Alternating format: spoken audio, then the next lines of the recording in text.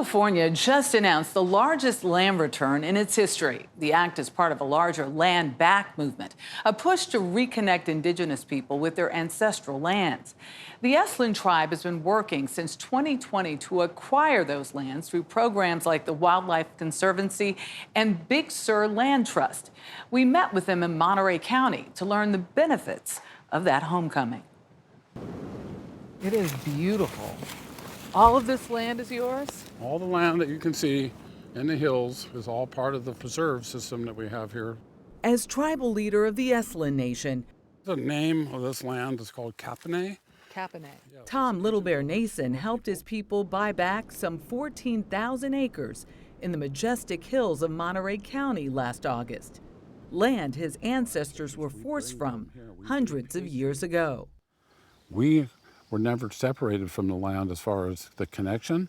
Even though we were physically disconnected from the land, we are connected to the trees. We remember ourselves through the trees. The trees tell stories. Stories of the stewards who once tended these forests and those now charged with its care.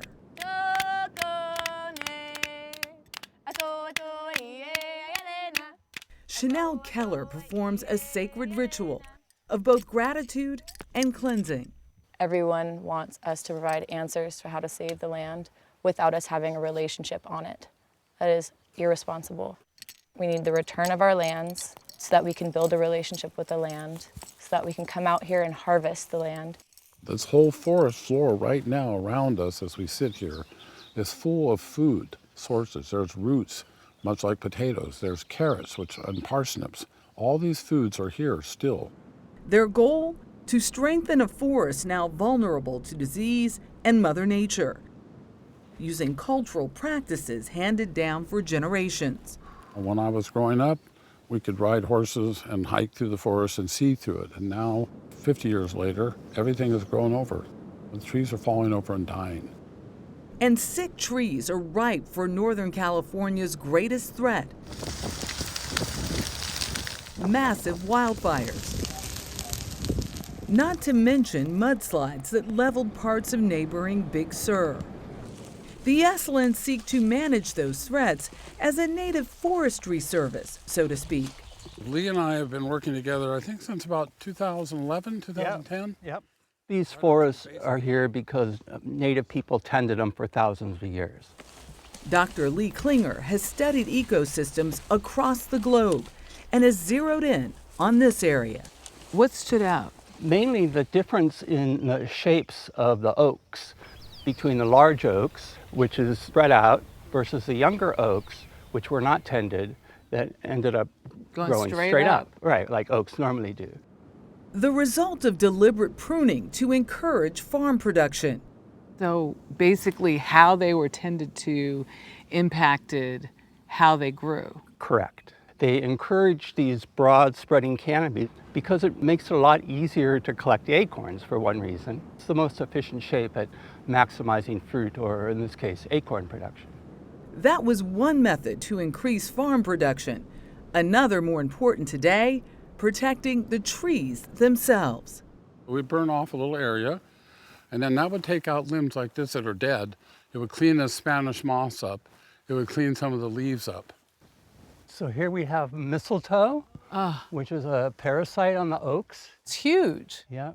That's not going to go away unless we get fire back in the landscape. Cultural fire, we call it. Cultural fire. Yeah. It's a practice dismissed by early settlers and reintroduced by the U.S. Forestry Service when scientists realized its effectiveness in preventing larger, more destructive fires.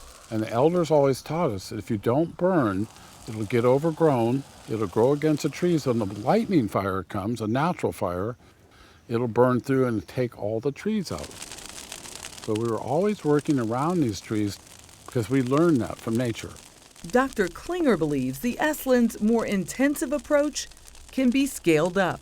I've developed something we call fire mimicry, and actually it's stuff the Native people have been doing for thousands of years, as I found out afterwards.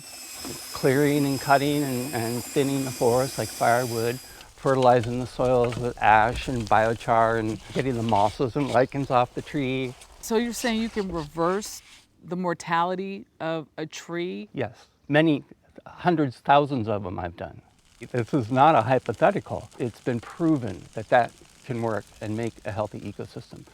Why do Europeans get it so wrong? We weren't doing farming the way they would see it by ripping the earth and planting seeds. We were working with the forest. We were, propagating the forest. We tended to the earth. I admire the tree here. I come here and give thanks and gratitude. We do as a tribe.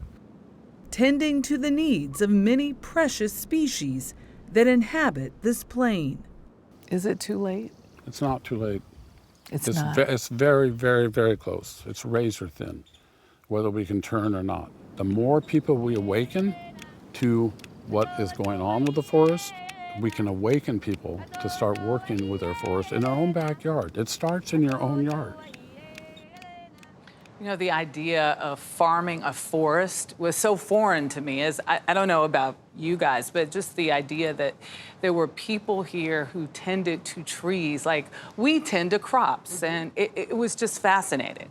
It's forest management. I mean, Yeah. it's important, and it's beautiful there. It really I know is. the trees have some issues, but it's just stunning to look at.